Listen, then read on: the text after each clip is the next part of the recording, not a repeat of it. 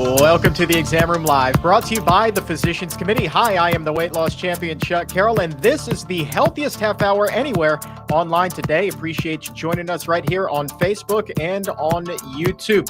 Coming up today, we have groundbreaking new research, vegan diets on weight loss, on metabolism. The study's author is here. We are talking groundbreaking results that are making worldwide headlines today. And I'm so excited to be joined by Dr. Hana Kahleova to talk all about this with us. Dr. Kahleova, thank you so very much. I cannot wait to get into this with you. Thanks for having me, Chuck. And we're also going to be opening up the doctor's mailbag. So here's what's going to happen. Dr. Kahleova is going to go over this research. She and I are going to talk a little bit about it, and then you will have the opportunity to ask her questions. So go ahead, think about what it is you want to know about plant-based diets and metabolism and weight loss. Post that in the comment section or the chat box. You can also tweet it to us using the hashtag ExamRoomLive. We'll be opening up the doctor's mailbag in just a little bit. Also today, health headlines. We want to send our well wishes out to a vegan superstar, and we're also going to get an update on the latest on the coronavirus and who may be first in line to get those vaccines. But first, it is Giving Tuesday here at the Physicians Committee, and we have a stated goal today, and we need your help to do this, to raise $50,000. Help support our work, including Dr. Kahleova's study, including this very show that you are watching, and help support our efforts to end animal cruelty, get them out of labs, end those animal experiments. To talk a little bit more about our efforts here at the Physicians Committee and Giving Tuesday, I want to welcome our Director of Annual Giving, Craig Ziskin, to the Exam Room Live. Craig, thank you so very much for being here. Thanks for having me, Chuck. Let's talk about Giving Tuesday. The stated goal here is $50,000. How much help can $50,000 provide us here at the Physicians Committee? $50,000 is going to go a long way to help us reaching all of our goals to end animal experiments and research and medical training. As many of your listeners might know, we have a big campaign at Wayne State University, which uses dogs for heart experiment research. And the dogs go through awful procedures and surgeries and are killed at the end. And we have recently worked with the Michigan legislature, and we're trying to get some legislation passed there that will end this. But we also are working very hard to end use of animals in product training, and our team of scientists have been working with the EPA to help them accelerate their goal of ending the use of animals in chemical testing by the year 2035. And we've had some big successes already this year. The support that viewers and listeners have so generously given to the Physicians Committee has already done a lot of good. You just mentioned a couple of examples there. Can you talk a little bit more about the successes that we've already seen this year? Right. This year, we've already had successes at 4 medical programs teaching, doing advanced training in in general surgery residencies. There were 3. One was at the University of Virginia, which is one of the foremost medical programs, and 3 others around the country. And we're gradually knocking them off one by one, but it takes a lot of work and effort on the part of our staff to make contact with the administrators at the school and do a lot of advocacy work and promotion and letting the general public know what's going on in their area. And we buy billboard space and conduct demonstrations, and eventually it leads to success. Yeah. And, I'll tell you, this work is so desperately needed. Dr. Barnard and I were talking about this just last night on another Zoom event here. And he was mentioning, still to this day, how little training doctors receive when it comes to nutrition and preventative medicine. I famously tell the story of after I had lost weight, the doctor looked me square in the face and said, now it's time to eat a hamburger. And there's still that major disconnect there. So we're talking about the health of millions of people that is genuinely at risk, but your dollars can go to help educate those doctors So we don't see so many millions of cases and unnecessary lives lost to these preventable chronic diseases, and save the lives of thousands, countless of animals as well. So if you would like to get involved with Giving Tuesday, $50,000. You heard Craig say how far those dollars can go, how much good they can do. Whatever you can contribute, if you can head over to pcrm.org and click right at the top of the page where it says donate now. Whatever you can give today to help us reach that goal of $50,000, I promise you every penny spent can help us help make the world a healthier place. Craig, thank you so very much for joining us, my friend. Thanks. Have a great day. All right. Let's turn our attention now to a groundbreaking new study, a study that was benefited greatly by such generous contributions from the Physicians Committee's members. And this study, already this morning, making huge worldwide headlines because it is the deepest dive yet on plant-based diets and metabolism and weight loss. Dr. Barnard, in an email to the entire staff this morning, wrote, quote, "This is proof that the diet really is great for weight loss. And now we know why. And we can also see why it's so effective for tackling diabetes." That's huge. So let's talk about this enormous study, the ramifications of it, the nuts, the bolts, the exciting details of it. Dr. Hana Kahleova, she was the lead researcher on this. Dr. Kahleova, first of all, congratulations. Thank you so much, Chuck. Maybe just to give you a background why we did the study. You know, when we're 18 years old, we feel like we can eat anything we want without gaining weight. And that's true for most of us. However, as we age, it seems like we're gaining weight from just breathing air. And people are wondering, you know, my metabolism has slowed down so much during the decades of my life. Is there anything I can do about it? Why is it that our metabolism slows down? And is there something we can do about it? If we are on a typical Western diet, then we consume too many calories, but too much fat specifically. And our adipose tissue has only a certain capacity to store fat. And once we exceed this capacity, it starts overflowing to the inner organs, like the liver and the muscle and the pancreas, and it causes some metabolic disturbances. To give you an analogy, it's wonderful to take a bath, and you know, once the water starts overflowing and gets into your living room, it's not that much fun anymore because it can cause a lot of damage. It can damage your floors, your carpets, your furniture, and the same is happening when there's too much fat that's overflowing from the adipose tissue to the liver and the muscle. This is normal liver under the microscope, and this is fatty liver, where there's fatty droplets, and when there's too much fat, the mitochondria cannot function well. We know that the mitochondria are the powerhouse of the cell. So if mitochondria don't work well, we feel less energy. We feel like we need to get a caffeinated beverage, you know, some coffee or some energy drink to get more energy. We need to eat some more food, but the food is not really giving us that energy that we need. And it's because the mitochondria are not working well. Now, is there something we can do to turn things around? That's exactly why we conducted the study that has just been published in JAMA Network Open. And we divided more than 200 overweight people into two groups. One was on a low-fat vegan diet for 16 weeks. That means that the participants were eating fruits and vegetables and whole grains and legumes.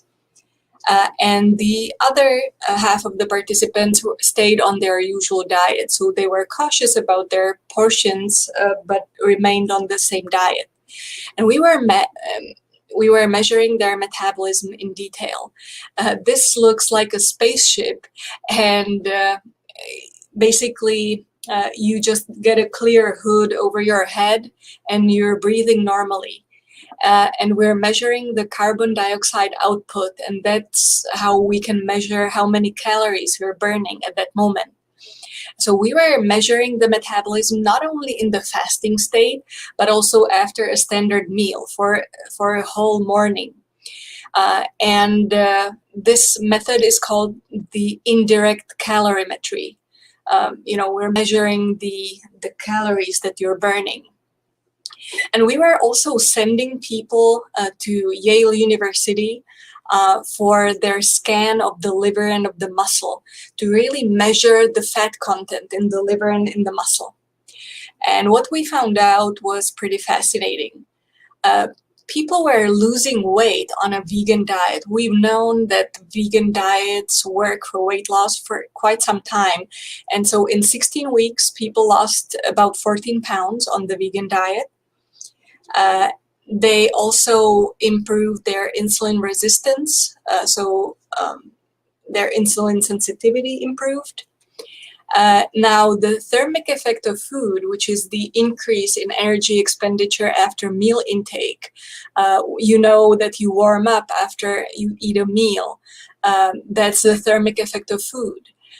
And what if we could just burn more calories once we eat a meal? How about just burning the extra calories and releasing them in the form of heat? Wouldn't that be wonderful? Well, the control group didn't change in the thermic effect of food at all from week 0 to week 16. It was the same. But the vegan group, we saw an increase in the thermic effect of food by 14%. So that means their metabolism was speeded up by 14% in 16 weeks. Now, the liver fat content dropped by 34% in the vegan group. We know that liver fat is the culprit of developing metabolic syndrome and diabetes, but also cardiovascular disease. And more importantly, there's no specific treatment at this point. There's no drug that would be able to treat this condition. So a decrease by 34% in only 16 weeks on a vegan diet is a huge finding that really gives hope to people with fatty liver disease. So to summarize the findings, 16 weeks of a low-fat vegan diet led to weight loss. People were losing about 14 pounds over the course of 16 weeks, improved insulin sensitivity, and improved metabolism, burning more calories than before, and also reduced liver fat by 34%. Also, the muscle fat content decreased by about 10%, but the liver fat content reduction was more pronounced. So if you'd like to speed up your metabolism, just go vegan. Well said. If you want to speed up your metabolism, go vegan. I'm curious, a couple of follow-up points here. One is this boosted metabolism? Is this a sustained metabolism boost, or is this something that a person only gets until their body adjusts to eating a plant-based diet? Yeah, that's a great question. From our previous studies, we know that some of the benefits of a plant-based diet persist even after people return back to their usual diet, although they've changed their habits to a certain part. They've incorporated some of the recipes, so it's not completely going to the old diet. It's kind of an improved old diet. So even if they decide to go back, some of the benefits really persist for a year. We were measuring body weight and insulin sensitivity and glycemic control in patients with type 2 diabetes 1 year after the study's conclusion. The study was six months long, and we were seeing the benefits even 1 year after the study's conclusion. So we definitely know that the benefits are longer lasting, not only for the period of time when people are on a vegan diet. But to ensure the best results, of course, you want to continue. You want to improve your metabolism day by day. You don't want to go back, right? If you get all the benefits. Oh, 100%. I think a lot of other people are wondering what was the specific menu that was given to the study participants. We know that the people in the control group continued eating their standard diet, what they had been eating, just, portions and control here. But did you give a specific menu to those who were in that plant-based group? So the instructions were, first of all, eat a vegan diet. That means no animal products. That means no meat, no cheese, no dairy, no eggs. Eat only fruits and vegetables and grains and legumes. And the second rule was keep your diet low fat. Avoid added oils. Keep your nut and seed consumption super low. If you're consuming something in a package, the fat content should be up to 2 to 3 grams per serving, and your total fat content should be 20 to 30 grams per day. So these simple rules can be achieved through different menus. Some people like to eat, for example, oatmeal for breakfast with some berries. That's a great breakfast. But some people prefer a savory breakfast, and they will go for tofu scrambled with some hash browns, and that's fine too. The same for lunches and dinners. There's different preferences, and there are different ways how to meet these guidelines. So we were not giving specific menus to each participant, but we were working with them to teach them how to achieve the best results, and they needed to individualize the recipes that they were using. And forgive me if this was covered and I somehow missed it. How much was fiber tracked in this study? We hear so much about that playing a key role in so many of these studies and so many of the health benefits that are associated with the plant-based diet. Were you able to track the fiber intake of the control group versus those who adopted the plant-based diet? Absolutely. Yeah, fiber intake is definitely one of the mechanisms that might be responsible for these positive findings. The average fiber intake in the vegan group was 35 grams per day. So that exceeds the recommended 23 grams for women and 34 grams for men. At baseline, the fiber intake was about 23 grams per day. So they increased their fiber intake by almost 50%. If you have a question for Dr. Kahleova about this study, go ahead and drop that in the comments or in the chat box. We'll get to as many as we can. We're going to open up that doctor's mailbag here right now, as a matter of fact. Dr. Kahleova, someone is wondering about a complete nutrition profile. This somebody who's asking, I believe, is new to the idea of eating a plant-based diet and eliminating meat from their plate. They're wondering, is it still possible to get all nutrients required, including the essential amino acids, without eating meat? Yeah, this is a wonderful question. Nutritional adequacy is one of the important aspects. We were also analyzing the diet records from the participants from the study, and we found out that their nutrition was completely adequate.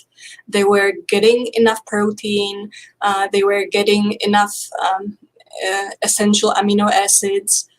The only thing you need to be really careful about is vitamin B12. So we were supplementing this vitamin in a supplement. You also need to be careful about this vitamin as you're aging, because our absorption gets lower with our age, and also if you're on some medications that may limit the absorption, like metformin. Then you need to be even more careful about your vitamin B12. It's water soluble, so there's no downside of supplementing vitamin B12. A couple of people are saying that, and I don't know whether or not this is true. Perhaps you can talk to this. A couple of people in the chat room right now are wondering whether a faster metabolism will then, in fact, speed up the aging process. Have there been studies on that? Have you heard of this? Oh, this is a fascinating question.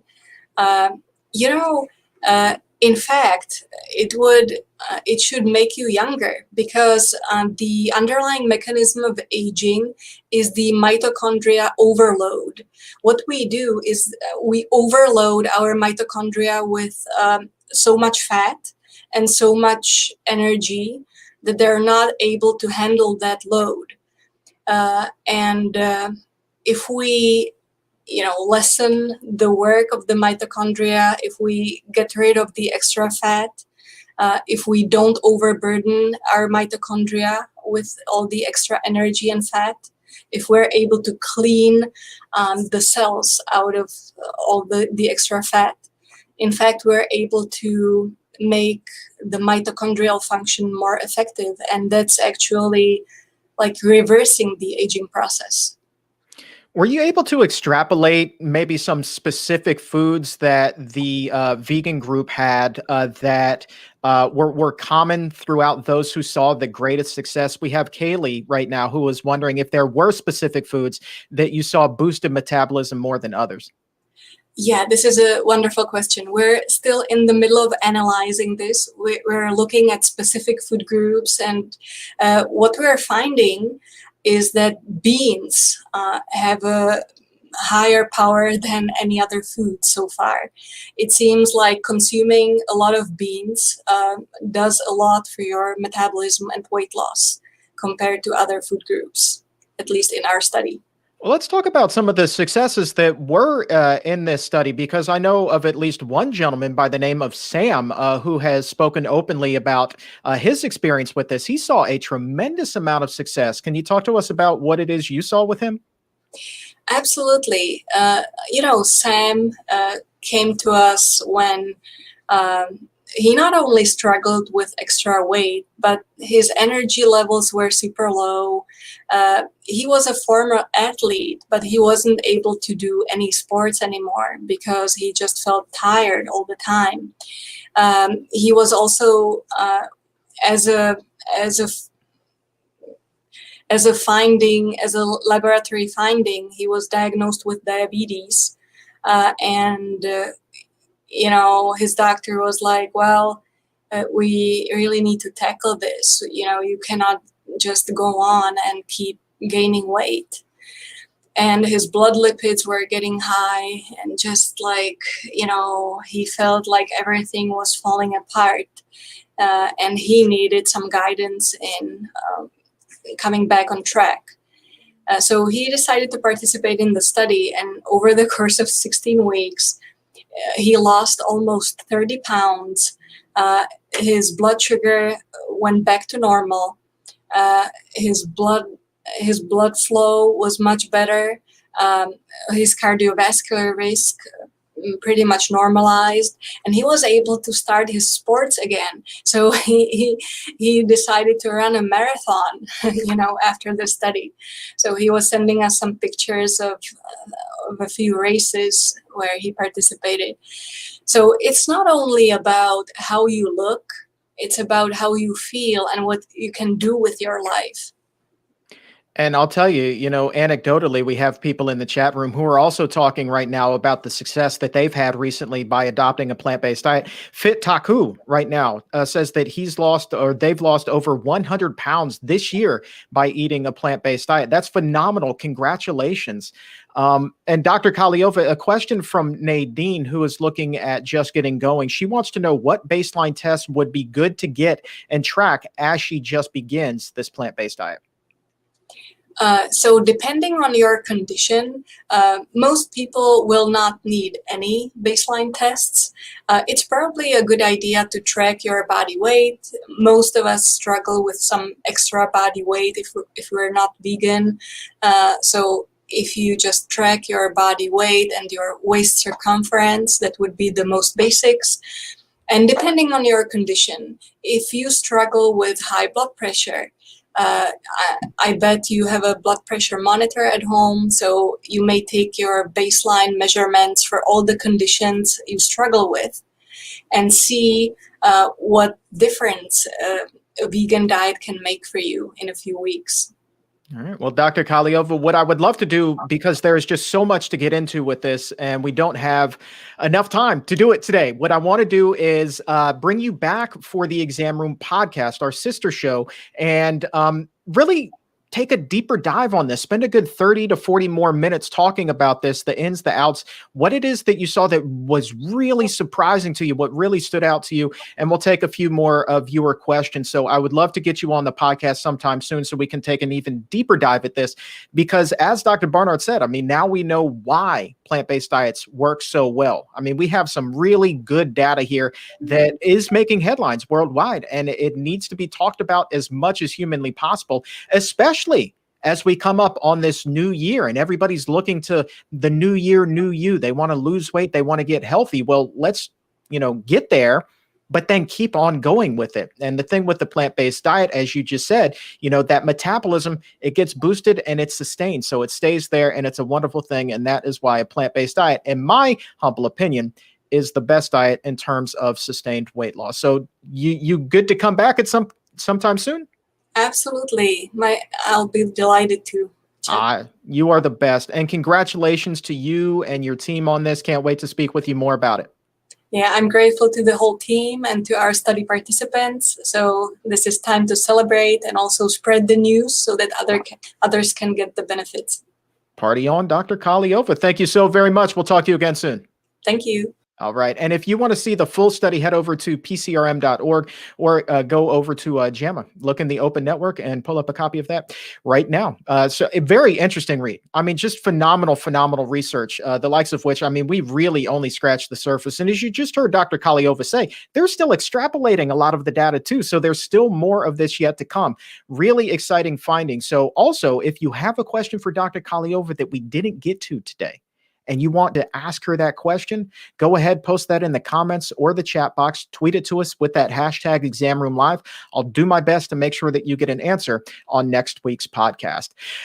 But let's go ahead and turn our attention now to what else is happening in the world. Here are your health headlines for Tuesday, December 1st, 2020. There we go. A CDC advisory panel is meeting today to determine who should be the first to receive the coronavirus vaccine if it is given emergency authorization later this month, as expected. Healthcare workers and residents of long-term care facilities are expected to receive that priority. Determinations will also be made on when the vaccine would be made available for essential workers and the elderly who are at high risk for COVID-19. Meanwhile, more than 150,000 new cases were reported on Monday. That is 10,000 fewer than the current daily average. Experts, though, say there may be a spike in cases coming soon as the testing backlog created by the Thanksgiving holiday is cleared. A more key metric to focus on, the number of people hospitalized with the disease, is up 12% from last week. Per capita, North and South Dakota remain the hardest hit right now during the pandemic, followed by Iowa, Wisconsin, and Nebraska. Florida, meanwhile, is expected to join Texas and California as soon as today, and becoming just the third state to record 1 million coronavirus cases.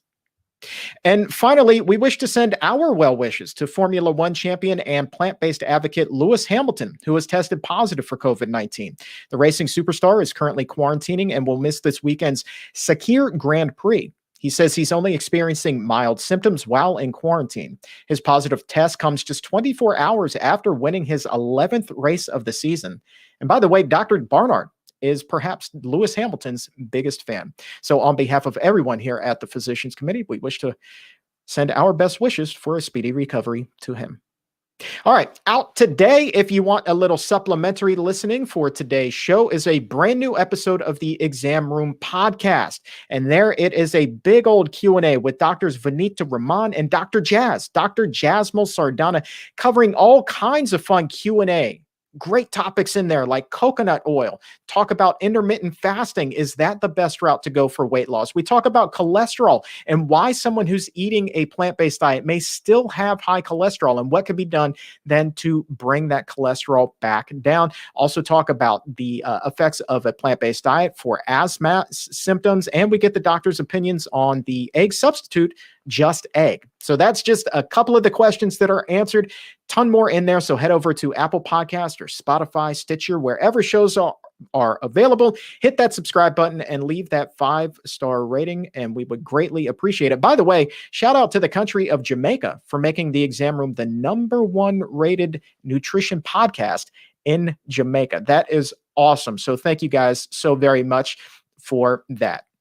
And for today, that, my friend, is all the time that we have. I want to say thank you one more time to Dr. Kahleova for her amazing research and sharing that with us today, as well as to Craig Ziskin. And remember, the Physicians Committee needs to raise $50,000 today for Giving Tuesday, and every dollar you can support us with goes a long way to help make the world a healthier place. End laboratory testing for animals, improve animal welfare. It does so much good. So please head over to pcrm.org and click that donate button and give what you can to help us reach our goal of $50,000 today. Thank you as well to the crew behind the scenes that makes the magic happen. And to you, my exam roomies, who get tuned in, get educated, raise your nutrition IQ right alongside with us. Thank you so very much for being here. And on behalf of everyone here at the Physicians Committee, I am the weight loss champion, Chuck Carroll. We'll talk to you again tomorrow. But until then, stay safe, take a stand, and keep it plant-based.